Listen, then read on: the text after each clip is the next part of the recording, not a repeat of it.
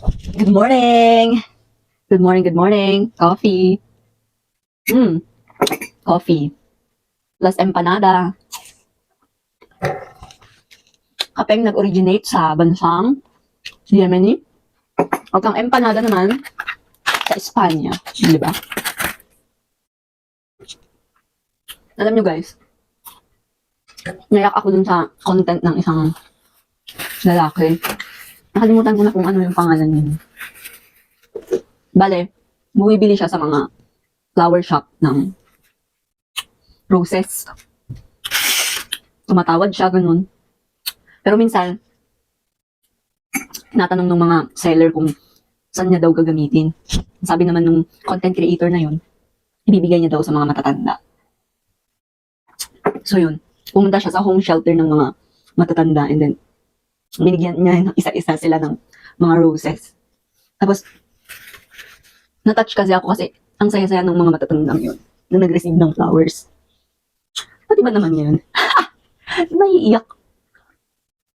Na-touch lang talaga ako dun sa actions niya yun. Kasi talaga namang contagious yung happiness na makikita mo sa mga matatanda.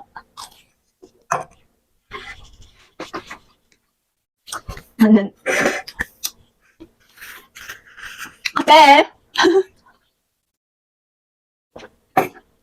And then, nung nagbigay siya sa isang matandang lalaki, nabigla yung matandang lalaki yun. For me, sabi nung matandang lalaki yun.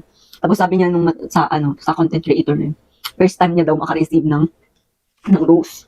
Kalain mo ang tanda na, tapos first time niya parang makareceive ng rose. So, ibig sabihin lang niya, hintayin pa ba nating, like for example, yung matandang lalaki, yung first na flower niya, doon pa sa funeral niya, makaka-receive. Parang ganun ba? So, nag-ulit na naman siya, bumili na naman siya ng panibagong batch ng roses. Nagbigay siya sa mga lalaki, matanda. Then, ang saya nila. Yun. Di ba? Everybody deserves flowers. Parang ganun. Ang saya.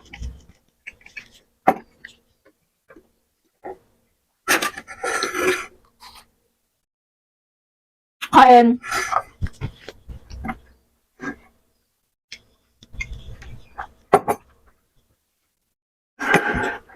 Nagtataka kayo, no? Ito kape. Ito milk tea. Milk tea para tumaba si ante. Di ba? Yung weight ko pala pagdating dito sa Saudi, mga nasa 47.5. And then, syempre na-stress si ante dun sa workload, sa work sa hospital, sa ward. Then bumaba siya ng 42 kilograms. As in naman na kumakain ako, marami naman akong kinakain. Pero talagang ganun. Tapos ngayon, 44 kilograms na ako. Di ba? At least, bumabalik na yung dating weight ko. Yarn.